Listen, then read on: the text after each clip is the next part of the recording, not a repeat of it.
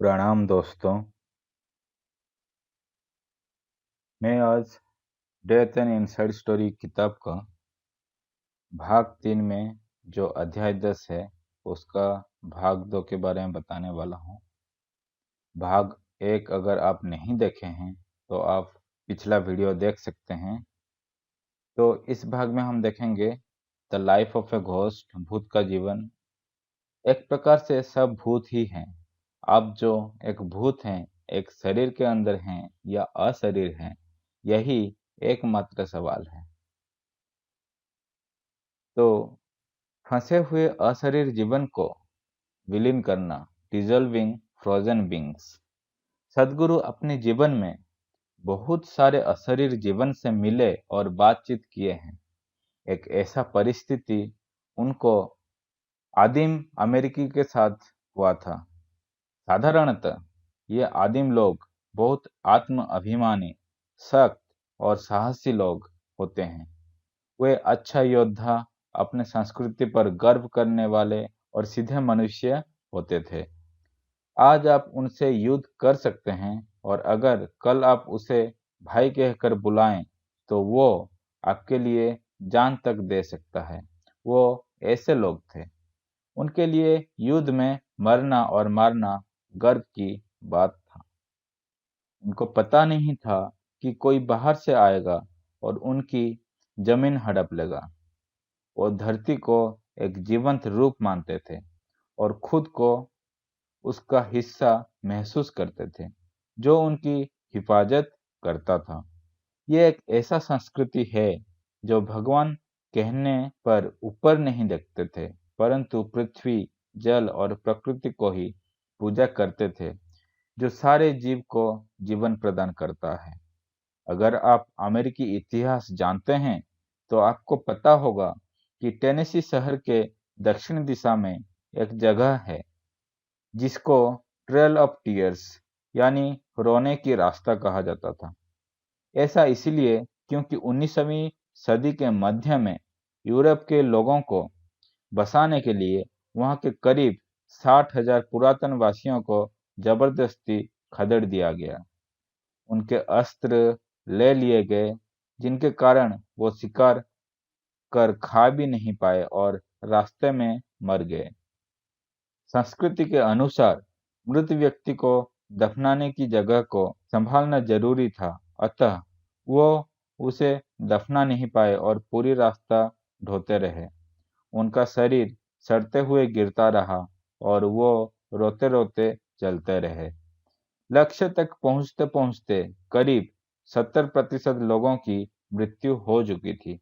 इसीलिए इसे रोने का रास्ता कहा जाने लगा। ये लोग जमीन से बहुत जुड़े हुए लोग हैं, जिनमें मिट्टी के प्रति बहुत संवेदना है।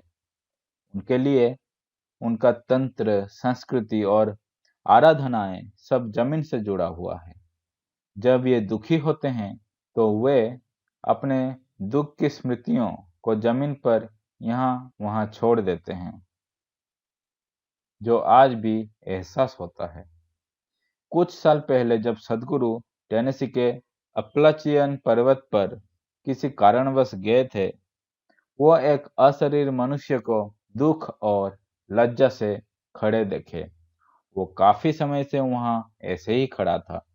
सदगुरु ऐसे व्यक्ति जो अत्यंत चंचल हो या अत्यंत स्थिर हो को देखकर उसके पास खींचकर चले जाते हैं, क्योंकि दोनों ही परिस्थिति एक संभावना होती है उनके लिए कुछ करने की। वहां उनको अनुभव हुआ कि वो आदमी वहां 200 से 300 साल तक बर्फ की तरह जमे हुए खड़ा था। परिस्थिति ऐसा हुआ था कि वो आदमी को अपने सरदार का रक्षा करना था, जो उसके लिए बड़ा भाई के जैसा था। वो उसके सरदार का प्रथम महत्वपूर्ण व्यक्ति था। इनके संस्कृति में ये जरूरी नहीं था कि जो एक ही कोख से जन्मे हों वही भाई कहलाता है, पर ऐसा है कि कोई दोस्त या व्यक्ति जो उसके लिए ज्यादा मायने रखता हो वो भाई कहलाता है। उस व्यक्ति का उसके सरदार भाई के लिए बहुत सम्मान और प्रेम था। वो अपने भाई के लिए गोरे लोगों के साथ एक मुलाकात का व्यवस्था किया था, जिसमें उसके भाई को धोखे से मार दिया गया। इसके कारण वो आदमी अपने आप को इतना जिम्मेदार माना कि बहुत शर्म दुखी और खुद को नाकामयाब पाया। इसी कारण वो वहीं खड़े ही रहा। आज भी वो वहां ऐसे ही खड़ा था। शरीर नहीं था, पर उसकी अशरीर जीवन वहीं ऐसा ही खड़ा था, जैसे कि वो समय अभी भी घट रहा है। अतः सदगुरु सोचे, अब समय आ गया है कि वो आगे जाए, क्योंकि ज्यादा समय शर्म और दर्द में रहना अच्छा नहीं है। और उसके कल्याण के लिए वो उसे दूसरे आगे की आयाम में भेज दिए।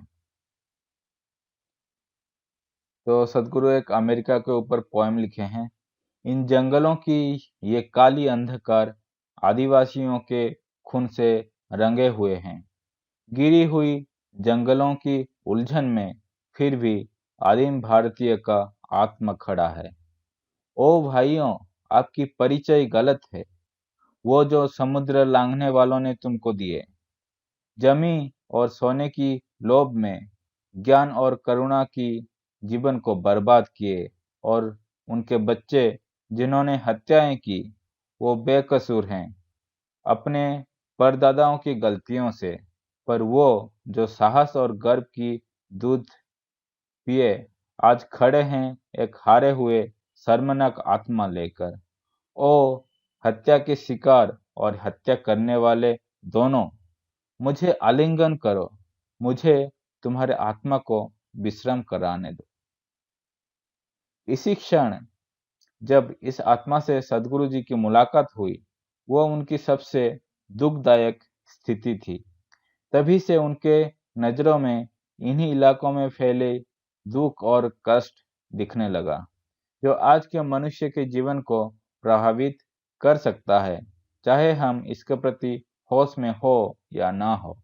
अगर एक पत्थर भी दर्द महसूस कर सकता है, तो इंसान भला इससे कैसे छुटकारा पा सकता है। अगर आप ऐसे जगह पे रहते हैं और बहुत पैसा कमाते हैं, बंदूक से सजे हुए हैं या कुछ भी करते हैं, आपको आपके जीवन में स्थिरता का अनुभव नहीं हो पाएगा।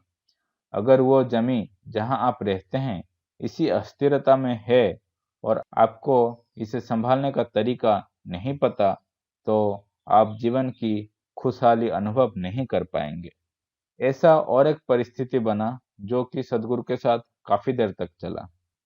एक अशरीर लड़की थी जो सदगुरु के सोने की जगह पे छत पर बैठी रहती थी। ऐसे अशरीर आत्मा को सदगुरु बहुत बार लीन कर चुके हैं, पर ध्यानलिंग के प्रतिष्ठा के बाद शक्ति के विनिमय के कारण उनका शरीर बहुत नाजुक हो गया था। इसीलिए वो इसे विलीन नहीं कर रहे थे। ऐसे अशरीर जीवन का कोई खुद का मन नहीं होता, पर उनके कर्मों के अनुसार जो वासना रहते हैं उसके हिसाब से ये चलते हैं।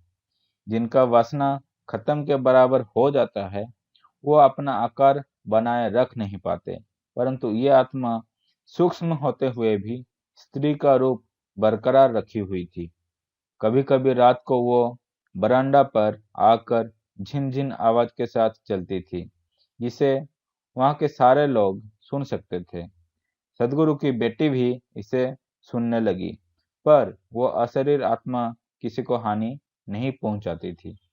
उनका शरीर ठीक होने के बाद सदगुरु उसको ध्यानलिंग के पास लेकर उसको मुक्त कर दिए, क्योंकि ऐसे अशरीर आत्मा छोटी लड़कियों पर प्रभाव डाल सकती हैं।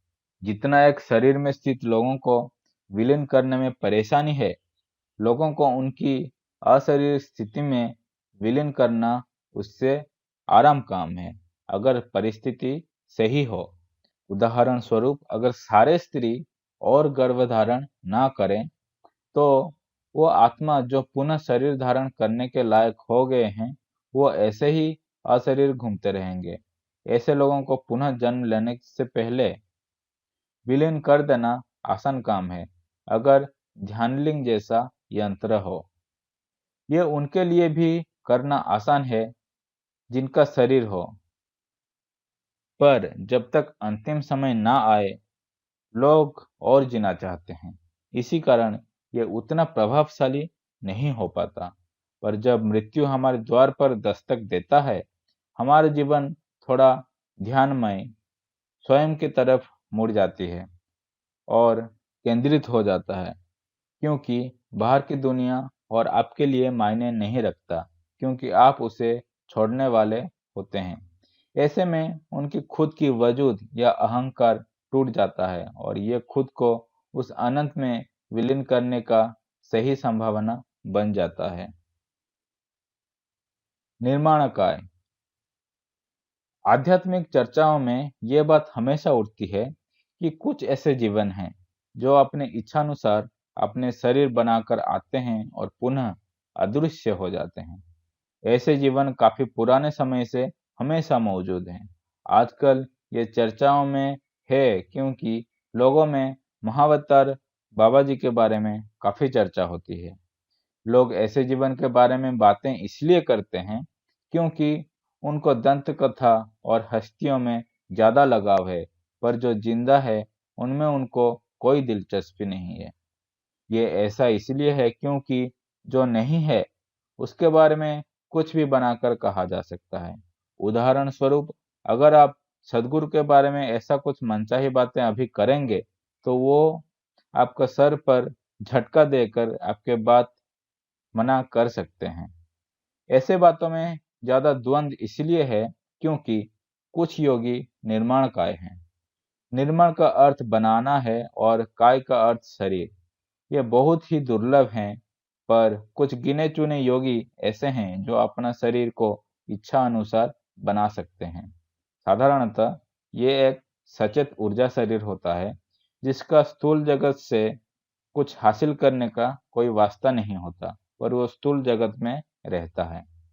साधारणतः हमारा ऊर्जा शरीर के 20% भाग भौतिक कर्म करने में लगा रहता है। इसी कारण योगी एक बड़ा ऊर्जा शरीर बनाते हैं।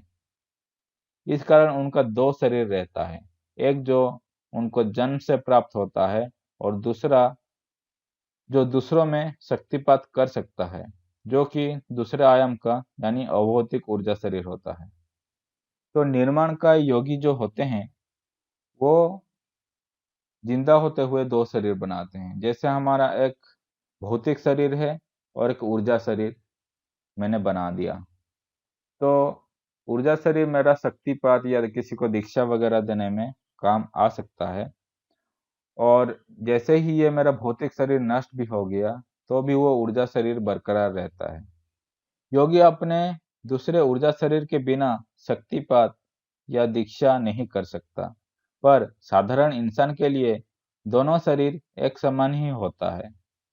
ऐसे परियोजना के बिना केवल स्थूल शरीर से संयमा जैसे कार्यक्रम को चला पाना असंभव हो जाता है।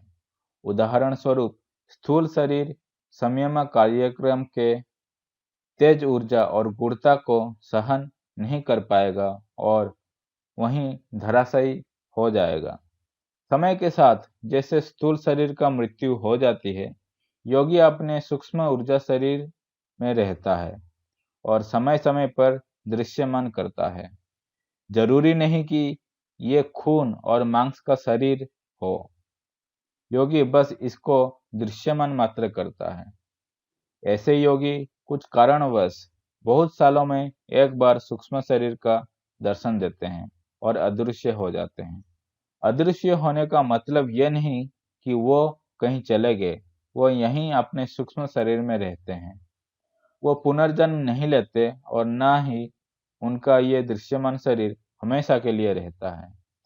जब आप एक गर्भ से जन्म लेते हैं, आप भी एक शरीर बनाते हैं। आपके खुद का शक्ति ही आपका शरीर बनाता है, भले ही आप माँ के गर्भ से अन्न ले रहे हों। ऐसा नहीं होता कि आपके माता आपका शरीर बना रहे हैं। जब आप पैदा होते हैं, आप अपने शरीर खुद बनाते हैं, चाहे अन्न पृथ्वी से लें, पानी और हवा भी अलग से लें, पर उसको शरीर आप खुद बनाते हैं। जन्म से पहले वो ना होने से आप माता के द्वारा वो सब लेकर अपनी शक्ति से ही अपना शरीर बनाते हैं। अब कोई भी माँ के गर्भ के बिना अपने शरीर को खुद बनाने की कला सीख सकता है। आप इसे खुद बना सकते हैं और जरूरी नहीं कि वो छोटा शरीर ही हो, उसे आप इच्छा अनुसार बड़ा या छोटा भी बना सकते हैं। साधारणतः योगी अपना यौवन शरीर बनाते हैं। तो सदगुरु यहाँ पे बोल रहे हैं कि जैसे कोई भी जन्म लेता है तो उसके अंदर जो जीवन शक्ति होती है वही पूरा शरीर को बनाता है। भले ही आपके माँ आपके गर्भ में खाना वगैरह या फिर पानी वो सब देती है गर्भ में, पर जो जीवन शक्ति है वही पूरा शरीर को बनाया जाता है। और जैसे आप जन्म लेने के बाद खाना खाकर अपने शरीर को और बनाते हैं और ये धीरे धीरे शरीर बड़ा होते जाता है, तो इसी तरह आप भी ऊर्जा शरीर को बना सकते हैं। और योगी जो होते हैं वो साधारणतः यौवन शरीर बनाते हैं। वो कोई दूसरा रूप भी ले सकते हैं, जरूरी नहीं है कि यौवन शरीर ही हो। और ये कितना बड़ा या कितना छोटा कुछ भी हो सकता है। निर्माणकाय अपने सूक्ष्म शरीर में रहते हैं और एक लंबी प्रक्रिया का प्रयोग करते हैं। वो अपनी इच्छा अनुसार ऐसे अवस्था में रहते हैं और बहुत ही कम जरूरत के साथ रहते हैं। यह अवस्था का कारण या तो उनकी दया या उनकी गुरु की आदेश हो सकता है, जो उन्हें कहते हैं कि अपनी मुक्ति का मत सोचो, बस यही करते रहो। इसीलिए कभी कभी वो एक स्थूल शरीर बना सकते हैं ताकि उनके कुछ काम पूर्ण हो। वह सिर्फ बहुत कम कर्म कर सकते हैं क्योंकि उनका इस शरीर एक समय सीमा और कर्म करने की सीमा में रहता है।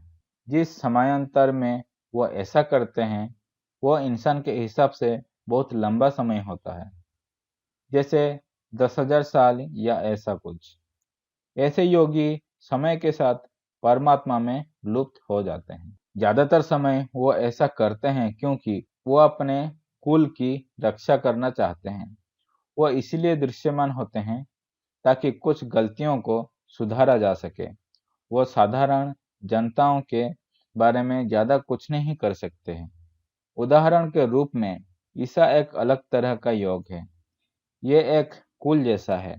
समय के साथ लोग रास्तों से भटक जाते हैं, तो सदगुरु भी 100 सालों में एक बार वापस आना चाहेंगे तो आ सकते हैं। जो सदगुरु के हिसाब से वो करने वाले नहीं है। पर सब जो निर्माणकाय होते हैं, जरूरी नहीं कि वो उसका प्रयोग इस प्रकार ही करें।